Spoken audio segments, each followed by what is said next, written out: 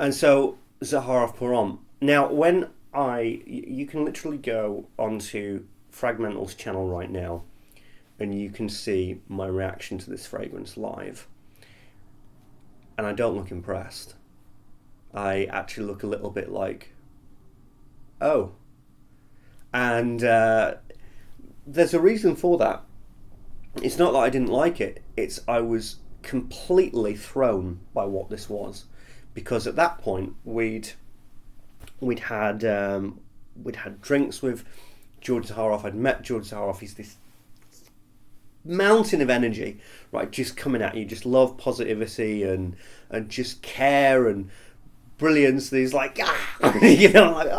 like when somebody's even like outdoing me energy wise, I'm like, this is somebody quite different, somebody quite special. So he's got these outrageous shirts. He's dancing, laughing, having fun. We've had the drinks. We've talked. We've talked about our feelings about the world and spirituality and all that kind of stuff. And this guy is intense. He's bold. He's bright. He's colourful. And then he gives me this fragrance bottle, and immediately the bottle isn't quite what I imagined it to be. This is harkening back to like mid to late 80s fragrance bottles, things like Kuros and the like. And it's very well done. It's really, really cool, but that's not quite what I'm expecting either. And then I smell it, and I'm like, this is really tame and calm and quite regal, and just it smells like a gentleman in his mid-40s, mid-50s who very successful but quite introverted, quite laid back, somebody who has a quiet and calm confidence, and it really, really spells that out for you in the way that this fragrance pans out. And so what I was expecting was 1 million. Oh, you're right. I was expecting like a wild Paco Rabanne type fragrance. I was expecting a party fragrance. I was expecting Stronger With You Intensely by Giorgio Armani. I was expecting one of these really, really innocuous, like Bad Boy by Carolina Herrera. I was expecting that. What I got was nothing like that. And it took me a moment. And you can see that I'm kind of quiet because it really, really was not what I expected. It was a complete turnaround, a complete 180 of where I thought this was going to go, which I suppose, deepens the lesson of you should not judge a book by its cover or anything like that. So, what are my thoughts on it? Well, now that I've settled down and I've re-geared and I've retaken stock of what this fragrance is in its own right completely and utterly phenomenal. And there's a lot of reasons for it. There's a lot going for this fragrance that I'm going to explain. This isn't just like, oh, it smells good, which of course that is the most important part, but there's a lot going for it, which we will get into. So first of all, presentation. Presentation's freaking cool. I love the presentation because it is like this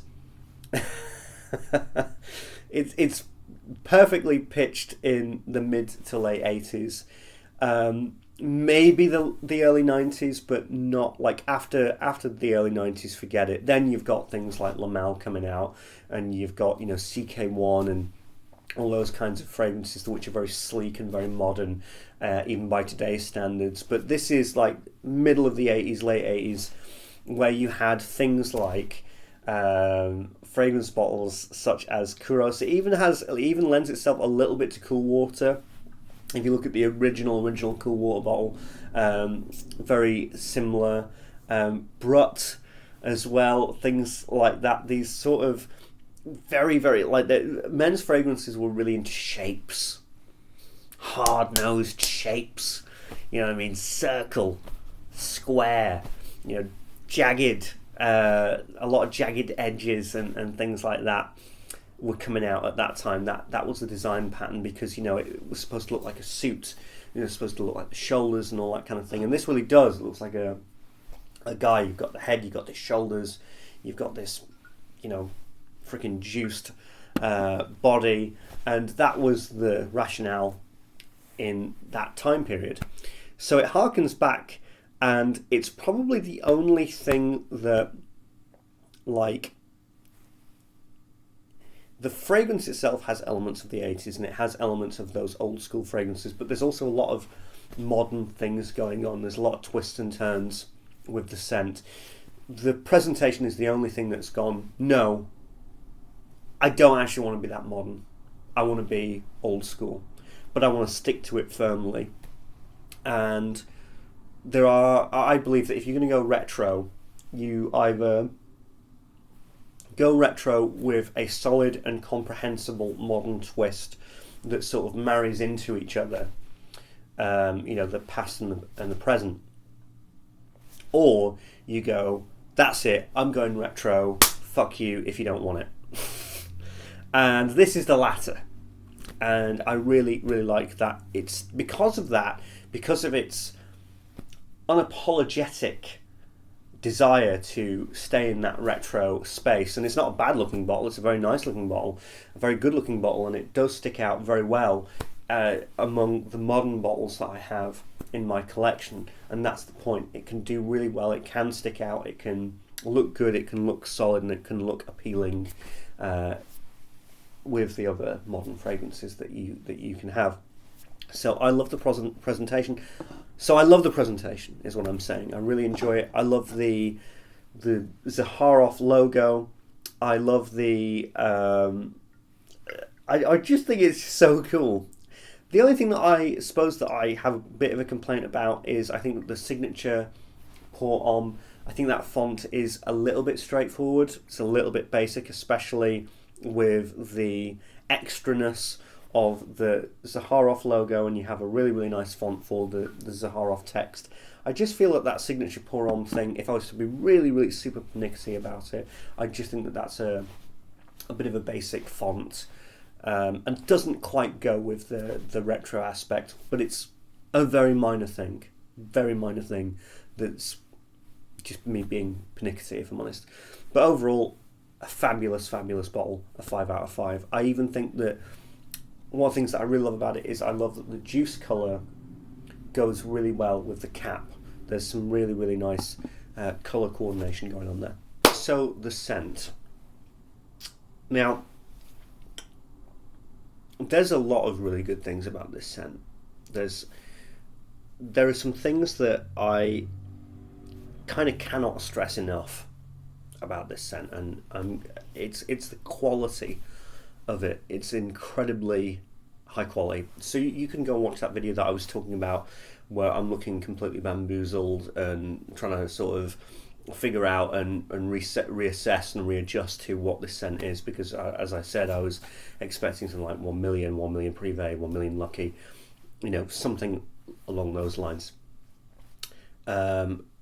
Meanwhile, George Zaharoff is speaking about the lengths that they went to get the ingredients and to get the raw materials for this fragrance. They wanted to get the best of the best for this fragrance, and I hear this a lot.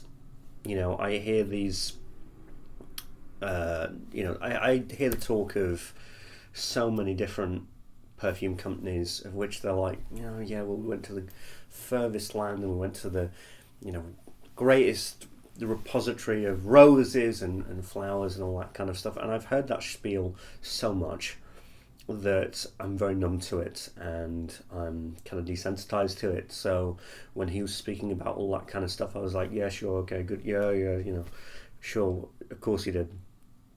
But when I started wearing this, I was like, this guy wasn't joking. This guy was not giving me a PR speech. This guy was not giving me... he wasn't selling soap. I think he was being genuinely honest. The florals in here are pristine, and the lavender is absolutely unbelievably high in quality. And I'm going to tell you how I know, and that's the dry down. I'm not just talking the initial dry down, I'm talking the hard dry down after a few hours.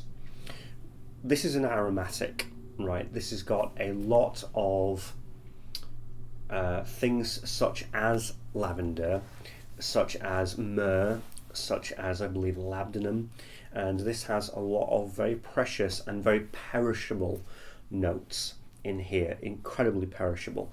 And so what happens is, what a perfumier does, and there's, I have no problem with it, they will do some shortcuts and they will have to problem solve with that situation. And so what happens is, after about 5 or 6 hours with such materials that are in here, it becomes incredibly powdery, becomes really, really talcum powdery, to the point where it's a mush.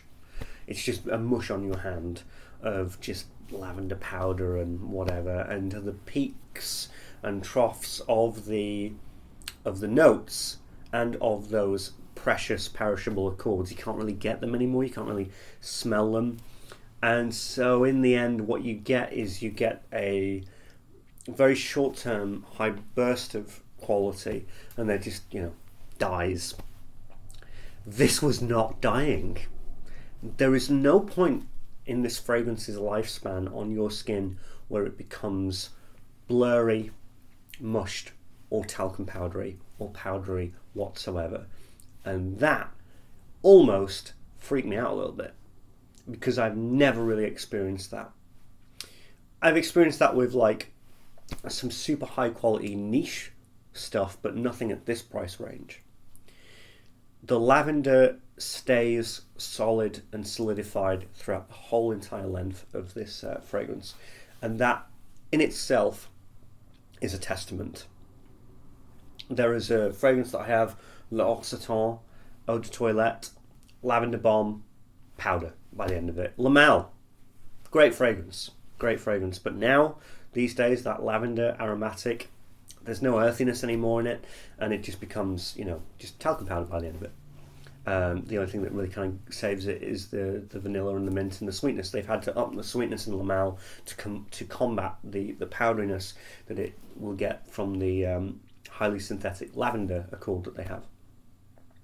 This has none of that. This is high quality ingredients from beginning to end. There's no jumping the shark. There is no death nail. There is nothing. There is no moment where this fragrance stops being the high quality that it is. It starts high quality, starts at magnificent high quality, and it finishes and ends on magnificent high quality. And that is what I want stressed to you.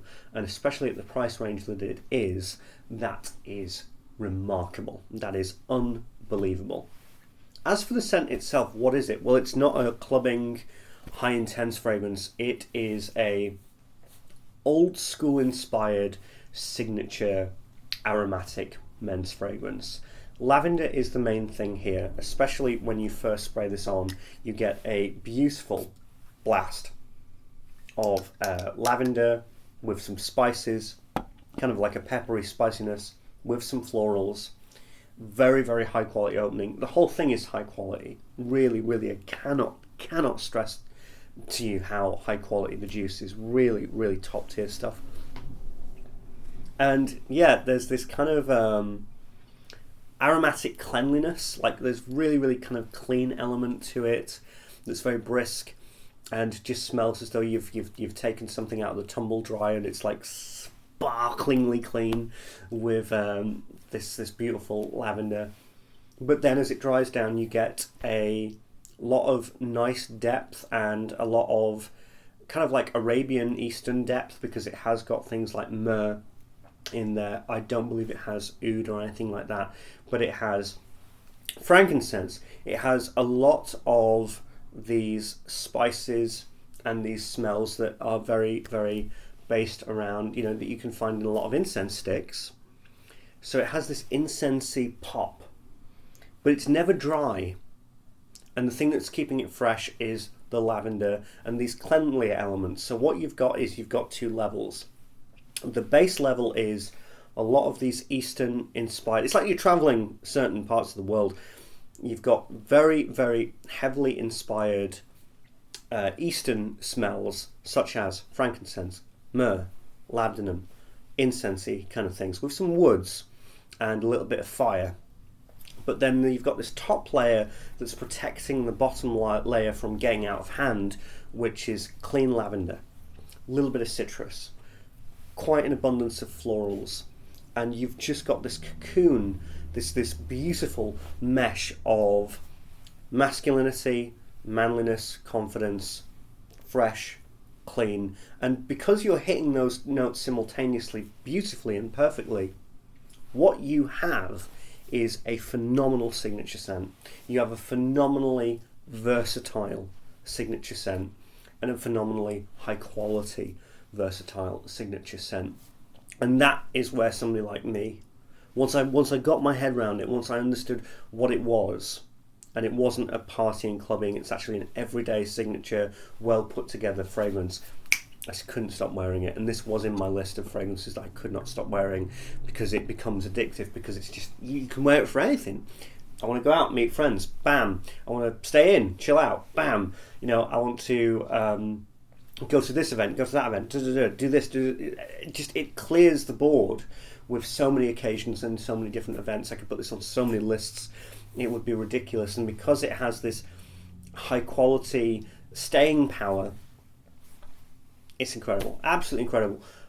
I'm tempted to give the scent a 6 out of 5, because just the level of quality, the level of blending, the level of just thought put into it. And obviously George Zaharoff has moved heaven and earth to get the best ingredients and to get the best out of what he could out of this. But it's kind of not completely for everybody, so I'm going to be cheeky and I'm going to give it a 5.5 out of 5. It is so incredible and so well put together. Unbelievable fragrance, absolutely unbelievable fragrance. These are the types of fragrances and these are the types of compositions that make you really, really go a bit potty and get into it and start a freaking YouTube channel where you review stuff like this. This is the gold mine of it. So yes, I love it, and I love it for many different reasons. But the highlights would be the versatility of it, the fact that it does smell very confident, it's very, very, very easy to wear, and it's also, if I'm allowed to say this, I don't know, it's like a technical marvel of a fragrance, especially with how everything keeps so well together for such a long period of time. So yeah, 5.5 out of 5. Well done to George and well done to the perfumier who created this. Absolutely incredible. Projection longevity is very standardized. It's very good. Projection is your classic case of it comes out and it's very nice and people can smell you and people can really enjoy the fragrance, and then it just closes in on itself. So it's a 4 out of 5.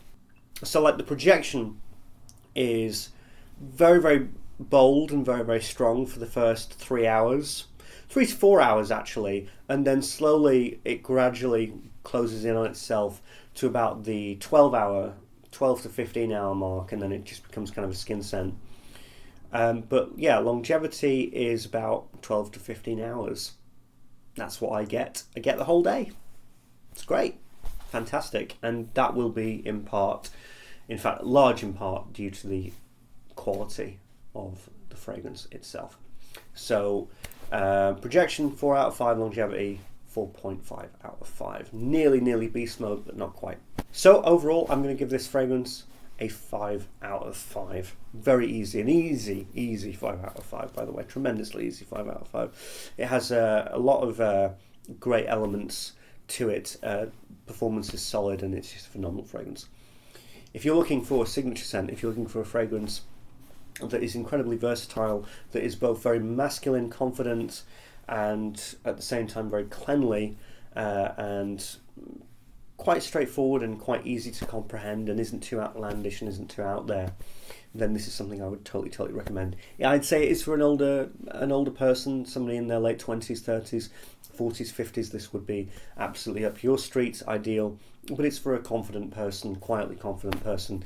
It's phenomenal. Anyway, 5 out of 5 from me for this.